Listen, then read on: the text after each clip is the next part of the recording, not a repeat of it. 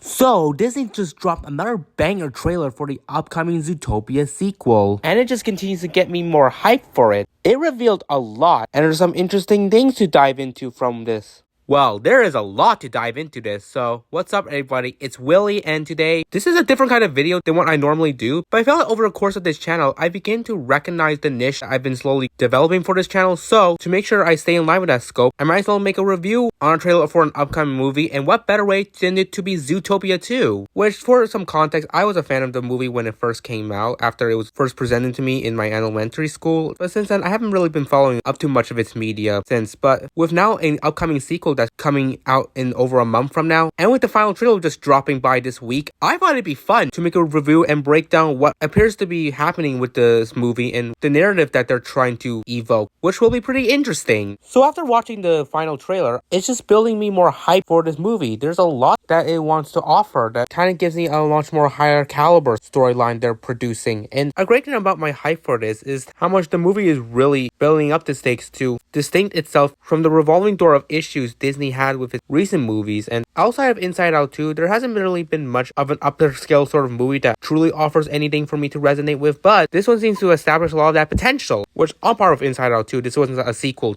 as well. So we're already in the know of everything with this series, so there's a lot of familiarity we can embrace. So from the first trailer that was released months back, we already had a sense of the premise of where the movie is going, but I think with this final trailer, it has broke down a lot of the plot lines this movie is going for, and I think they have reached it to a much better scale, bringing some of the most relevant plots from the first movie and expanding upon it in this one. So now let's try and dig deep into what was shown in this final trailer. So we know Judy and Nick's partnership as cops are kind of at hand, since it's clear that their working relationship has not been as consistent, which I think adds an interesting thread to the plot line, with the fact that while they're going undercover trying to get the case closed, it's also in conjunction with the pressure of their partnership on the line if they continue to make a lot of faux pas on their cases. So that brings a lot of suspense to where it might go, and there were a lot of scenes from the trailer that could have potentially led to the inevitable, especially with how much tension is brewing between the two. But we do also see on the other hand that even though Judy and Nick are in crisis with their partnership, we do see their determination to prove their collaboration is worthwhile. So then another interesting narrative to gauge out of this trailer is the fact that the case is seemingly involving a snake, because somehow Zootopia did not have any snakes reside in their community, which, alright. And what do you know? A snake appears. And we already get a lot of insight from the snake side, whose name is Gary, where we have the scene with his interaction with Judy, and he lays out his grounds that he isn't even a bad guy, and there's just a misconception with his character, which I think this adds to a lot of an ultimatum that puts Judy and Nick in a very interesting spot, where I think they likely are going to side with the snake, since it's clear that his motives are not anywhere villainous, and Judy clearly expresses her sympathy for him, especially when Nick unexpectedly attacks him, and that is interlaced with two more cops barging in to try and apprehend the snake, which this is followed up with what I believe the scene would be Judy, Nick, and Gary fleeing the building. So iterating what I mentioned earlier about relevant storylines coming back to life in this movie, it's almost certain that we're revisiting the storyline